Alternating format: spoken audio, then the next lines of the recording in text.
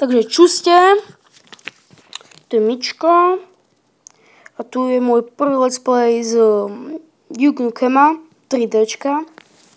Takže hru už máme pripravenú, takže môžeme sa pustiť do akcie. Túto hru trošku už poznám, takže asi nebudem zrovna taký, že wow, tak toto som nevedel, toto je nejaké nové, to čo je zač? Takže asi budem vedieť zhruba tak asi, jak aj tú mapu prejsť. Takže to je veľmi dobré.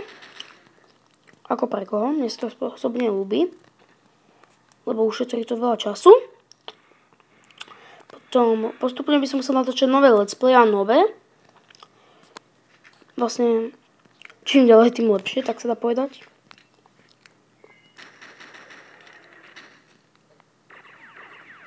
What the hell?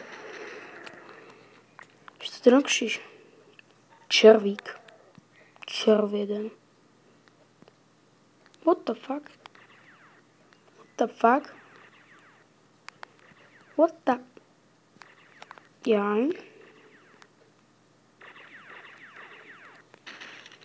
Što to nechce srať? To je inakšie prásčisko.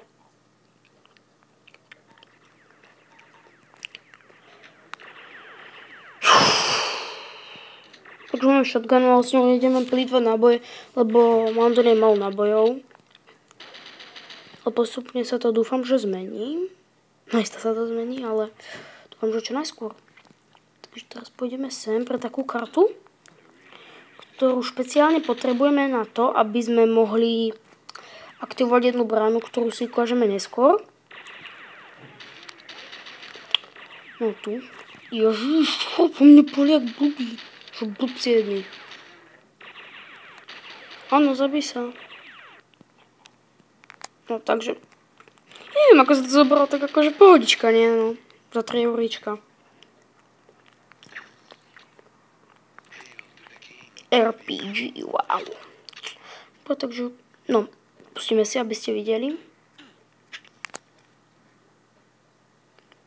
Wow. Dobre, môžeme zavrieť.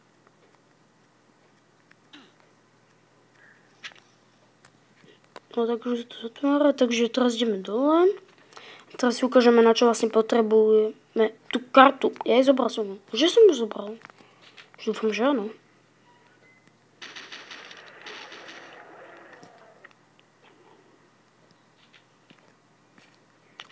Takže áno. Vo výťahu. Čo ma vždycky prekvapí. What the fuck? To je kokos, to čo buchlo.